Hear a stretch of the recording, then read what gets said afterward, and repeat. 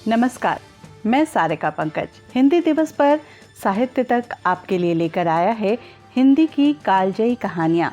और उन कहानियों में अगली कहानी है चंद्रधर शर्मा गुलेरी की कहानी उसने कहा था। अमृतसर के एक भीड़ भरे बाजार में एक लड़का और एक लड़की चौक की एक दुकान पर आकर मिले। उसके बालों और इसके ढीले सूथने से जान पड़ता था कि दोनों सिख हैं। वो अपने मामा के केश धोने के लिए दही लेने आया था और ये रसोई के लिए बढ़िया। दुकानदार एक परदेसी से गुथ रहा था जो सेर भर गीले पापड़ों की गड्डी को गिने बिना हटता न था। तेरा घर कहाँ है? मगरे में। और तेरे? मांझे में। यहाँ कहाँ रहती है? अतर सिंह की बैठक में। वो मेरे मामा होते हैं। मैं भी मामा के यहाँ आया हूँ। उनका घर गुरु बाजार में है। इतने में दुकानदार निपटा और इनका सौदा देने लगा। सौदा लेकर दोनों साथ साथ चले। कुछ दूर जाकर लड़के ने मुस्कुराकर पूछा, तेरी कुड़माई हो गई? इस पर लड़की कुछ आंखें चढ़ाकर धत कहकर दौड़ गई और लड़का मुंह देखता रह गया। दूसरे तीसरे सब्जी वाली के यहाँ, फिर दूध वाले के यहाँ अकस्मात दोनों मिल जाते थे। महीना भर यही हाल रहा। 2-3 बार लड़के ने फिर पूछा, तेरी कुड़मई हो गई? और उत्तर में वही धत मिला। एक दिन फिर लड़के ने वैसे ही हंसी में चिढ़ाने के लिए पूछा तो लड़की ने लड़के की संभावना के विरुद्ध कहा, हाँ हो गई। कब? कल। देखते नहीं ये रेशम से कढ़ा हुआ सालू? लड़की भाग गई। लड़के ने घर की राह ली। रास्ते में एक लड़के को मोरी में धकेल दिया। एक छावड़ी वाले की दिन भर की कमाई खोई। एक कुत्ते पर पत्थर मारा और एक गोभी वाले के ठेले पे दूध उड़ल दिया। सामने नहाकर आती हुई किसी वैष्णवी से टकराकर अंधे की उपाधि पाई। तब कहीं घर पहुंचा। लुधियाना से 10 गुना जाड़ा और मेह और बर्फ ऊपर से। पिंडलियों तक कीचड़ में धंसे हुए हैं। जमीन कहीं दिखती नहीं। घंटे 2 घंटे में कान के पर्दे फाड़ने वाले धमाके के साथ सारी खंदक हिल जाती है और 100-100 गज धरती उछल पड़ती है।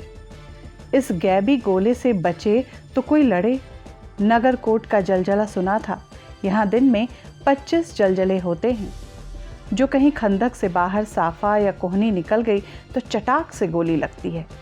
न मालूम बेईमान मिट्टी में लेटे हुए हैं या घास की पत्तियों में छिपे रहते हैं। लहना सिंह और 3 दिन हैं। 4 तो खंदक में बिता ही दिए। परसों रिलीफ आ जाएगी और फिर 7 दिन की छुट्टी। अपने हाथों झटका करेंगे और पेट भर खाकर सो रहेंगे। उसी फिरंगी मेम के बाग में 4 दिन तक पलक नहीं झपकी। बिना फेरे घोड़ा बिगड़ता है और बिना लड़े सिपाही। मुझे तो संगीन चढ़ाकर मार्च का हुक्म मिल जाए, फिर 7 जर्मनी को अकेले मार कर न लौटूं तो मुझे दरबार साहब की देहली का माथा टेकना नसीब न हो। पाजी कहीं के कलों के घोड़े संगीन देखते ही मुंह फाड़ देते हैं और पैर पकड़ने लगते हैं और यूं अंधेरे में 30-30 मन का गोला फेंकते हैं। उस दिन धावा किया था। 4 मील तक एक जर्मन को नहीं छोड़ा। पीछे जनरल ने हट जाने का कमान दिया, नहीं तो सीधे बर्लिन पहुंच जाते। क्यों? सूबेदार हजारा ने मुस्कुराकर कहा, लड़ाई के मामले में जमादार या नायक के चलाए नहीं चलते।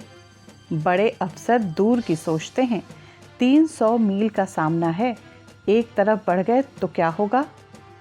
उद्यमी उठ, सिगड़ी में कोले डाल। वजीरा तू 4 जने बाल्टियां लेकर खाई का पानी बाहर फेंको।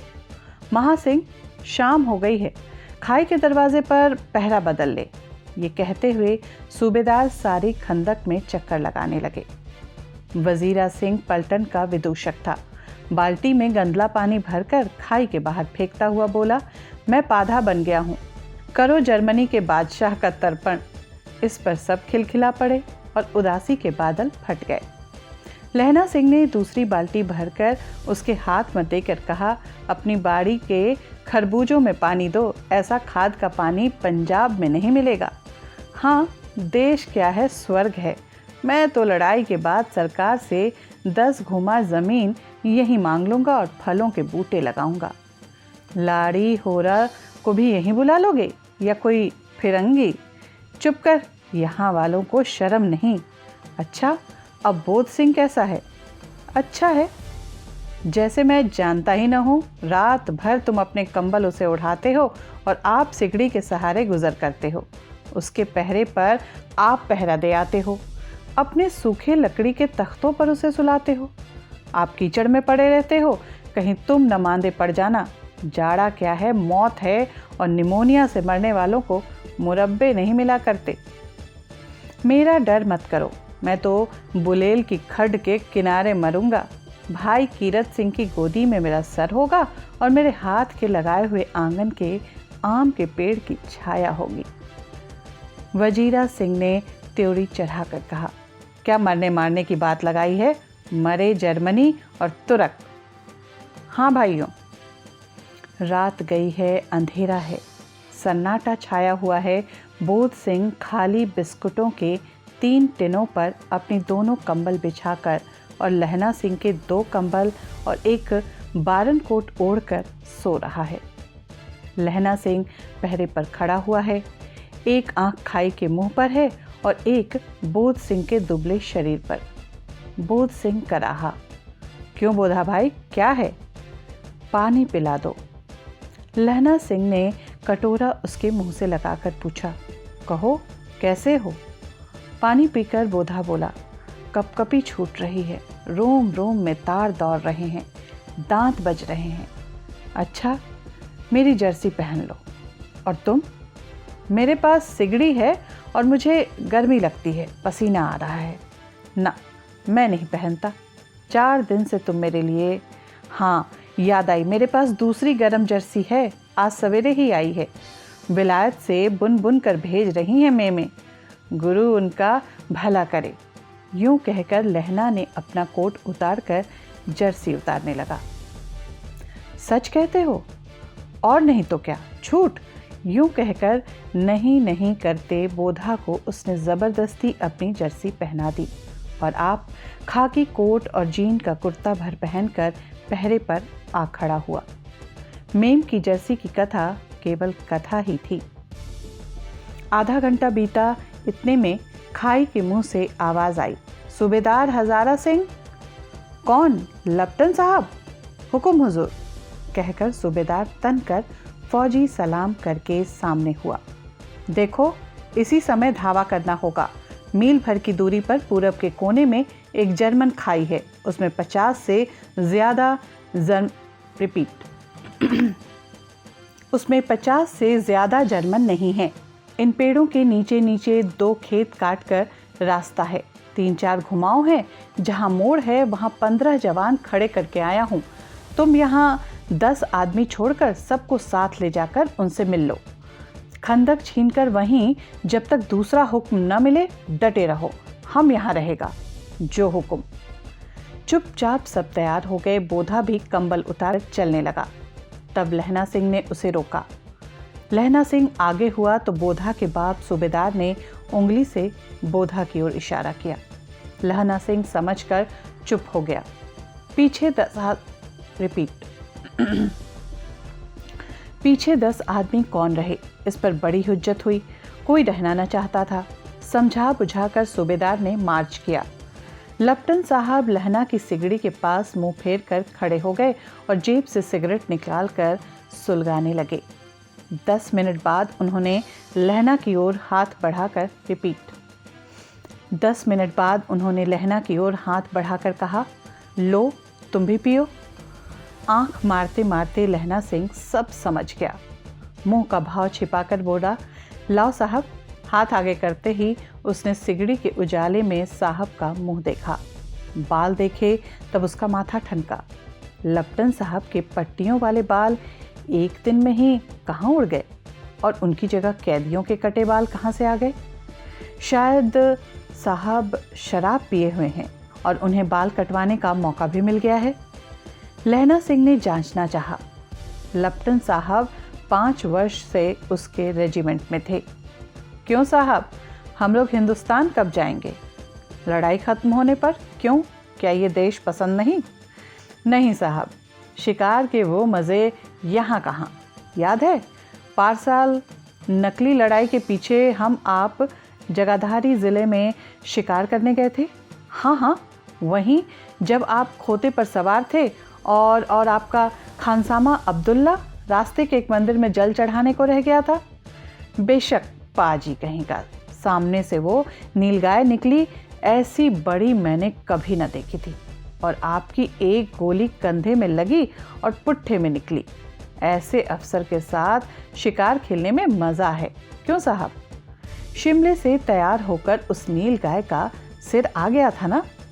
आपने कहा था कि रेजिमेंट की मेस में लगाएंगे।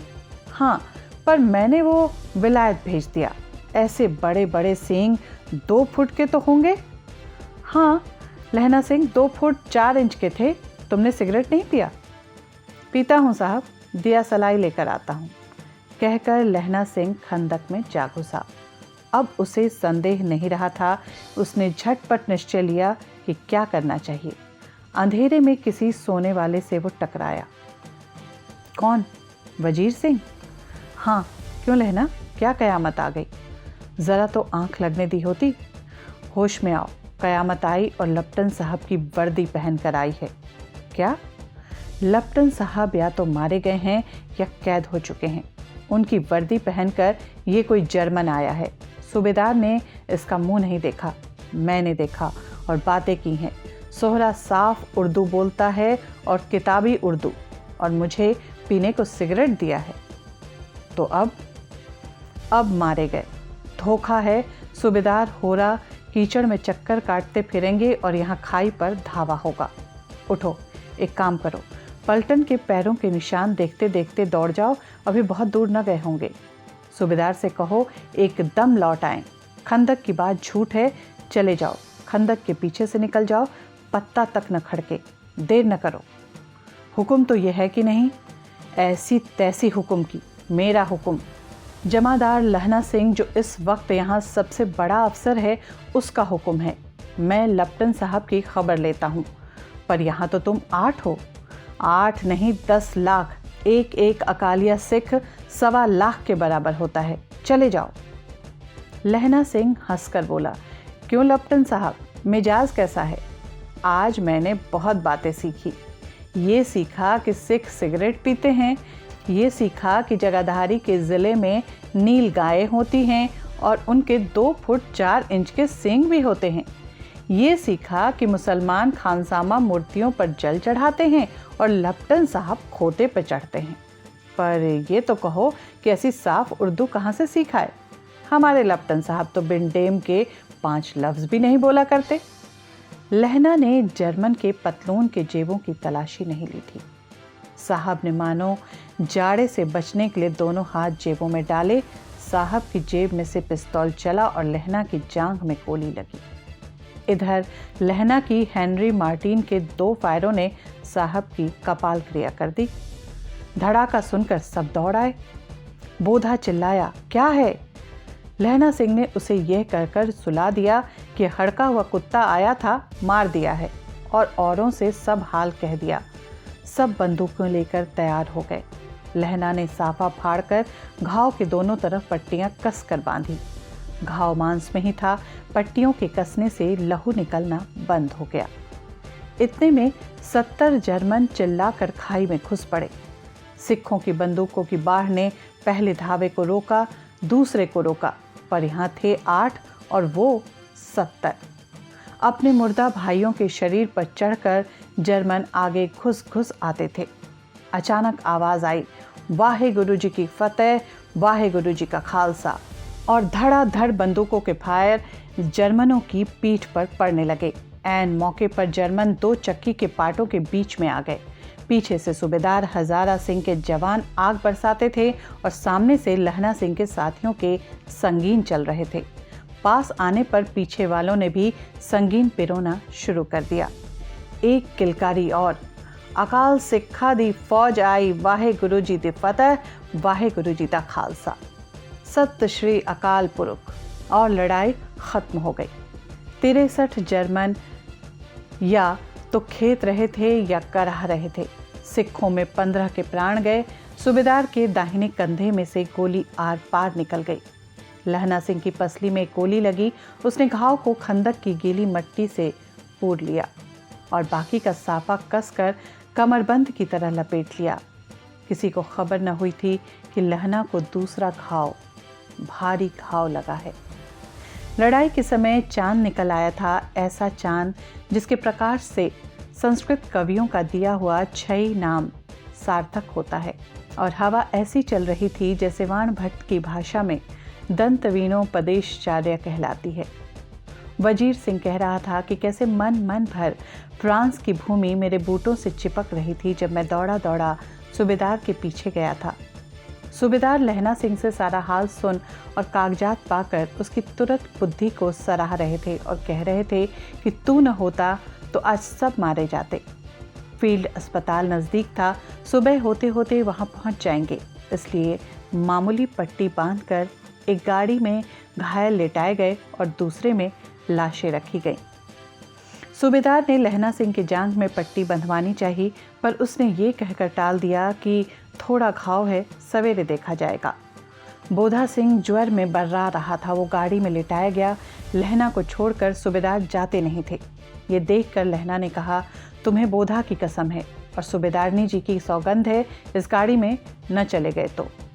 और तुम मेरे लिए वहां पहुंचकर गाड़ी भेज देना, और जर्मन मुर्दों के लिए भी तो गाड़ियां आती ही होंगी। मेरा हाल बुरा नहीं है, देखते नहीं मैं खड़ा हूं। वजीरा सिंह मेरे पास है ही। अच्छा, पर बोधा गाड़ी पर लेट गया। भला आप भी चढ़ जाओ और सुनिए तो, सूबेदारनी जी होरा को चिट्ठी लिखो तो मेरा मत्था टेकना लिख देना, और जब घर जाओ तो कह देना कि मुझसे जो उसने कहा था वो मैंने कर दिया। गाड़ियां चल पड़ी थीं। सूबेदार ने चढ़ते चढ़ते लहना का हाथ पकड़ के कहा, तने मेरे और बोधा के प्राण बचाए हैं, लिखना कैसा, साथ ही घर चलेंगे। अपनी सूबेदारनी को तू ही कह देना, उसने क्या कहा था। अब आप गाड़ी पे चढ़ जाओ, मैंने जो कहा वो लिख देना और कह भी देना। गाड़ी के जाते लहना लेट गया। वजीरा पानी पिला दे और मेरा कमरबंद खोल दे, तर हो रहा है। मृत्यु के कुछ समय पहले स्मृति बहुत साफ हो जाती है। जन्म भर की घटनाएं एक एक करके सामने आती हैं। सारे दृश्यों के रंग साफ होते हैं, समय की धुंध बिल्कुल उन पर से हट जाती है। लहना सिंह 12 वर्ष का है। अमृतसर में मामा के यहाँ आया हुआ है, दही वाले के यहाँ, सब्जी वाले के यहाँ, हर कहीं उसे एक 8 वर्ष की लड़की मिल जाती है। जब वो पूछता है तेरी कुड़मई हो गई, तब धत कह के वो भाग जाती है। एक दिन उसने वैसे ही पूछा तो उसने कहा, हाँ कल हो गई, देखते नहीं ये रेशम की फूलों वाली सालू। सुनते ही लहना सिंह को दुख हुआ, क्रोध हुआ। क्यों हुआ? वजीरा सिंह पानी पिला दे। 25 वर्ष बीत गए। अब लहना सिंह नंबर 77 राइफल्स में जमादार हो गया है। उस 8 वर्ष की कन्या का ध्यान ही न रहा, न मालूम वो कभी मिली थी या नहीं। 7 दिन की छुट्टी लेकर जमीन के मुकदमे की पैरवी करने वो अपने 7 दिन की छुट्टी लेकर ज़मीन के मुकदमे की पैरवी करने वो अपने घर गया। वहाँ रेजिमेंट के अफसर की चिट्ठी मिली कि फ़ौज लाम पर जाती है, फ़ौरन चले आओ। साथ ही सूबेदार हज़ारा सिंह की चिट्ठी मिली कि मैं और बोधा सिंह भी लाम पर जाते हैं, लौटते हुए हमारे घर होते जाना, साथ ही चलेंगे। सूबेदार का गांव रास्ते में पड़ता था और सूबेदार उसे बहुत चाहता था। लहना सिंह सूबेदार के यहाँ पहुँचा। जब चलने लगे तब सूबेदार बेढ़े में से निकल कर आया और बोला, लहना, सूबेदारनी तुमको जानती है, बुलाती हैं, जाओ मिलकर आओ। लहना सिंह भीतर पहुंचा। सूबेदारनी मुझे जानती हैं? कब से? मुझे पहचाना नहीं। तेरी कुड़मई हो गई, धत कल हो गई, देखते नहीं रेशमी बूटों वाली सालू। अमृतसर में भावों की टकराहट से मूर्छा खुली, करवट बदली, पसली का घाव बह निकला। वजीरा पानी पिला, उसने कहा था। स्वप्न चल रहा है। सूबेदारनी कह रही है, मैंने तेरे को आते ही पहचान लिया।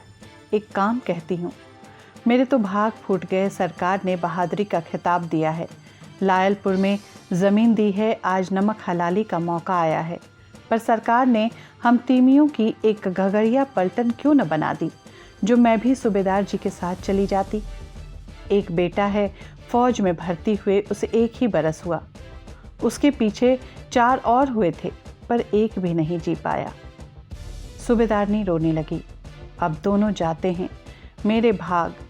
तुम्हें याद है, एक दिन तांगे वाले का घोड़ा दही वाले की दुकान के पास बिगड़ गया था और तुमने उस दिन मेरे प्राण बचाए थे। आप घोड़े की लातों में चले गए थे और मुझे उठाकर दुकान की तख्त पे खड़ा कर दिया था। ऐसे ही इन दोनों को भी बचाना, ये मेरी भिक्षा है। तुम्हारे आगे आंचल पसारती हूँ। लहना का सिर अपनी गोद में रखे वजीर सिंह बैठा है। जब मांगता है तब पानी पिला देता है। आध घंटे तक लहना चुप रहा, फिर बोला, कौन? कीरत सिंह? वजीरा ने कुछ समझकर कहा, हाँ। भैया, मुझे और ऊंचा कर ले, अपने पट पर मेरा सिर रख ले। वजीरा ने वैसा ही किया। वजीरा सिंह के आंसू टप टप टपक रहे थे। ये थी कहानी चंद्रधर शर्मा गुलेरी की लिखी उसने कहा था। धन्यवाद।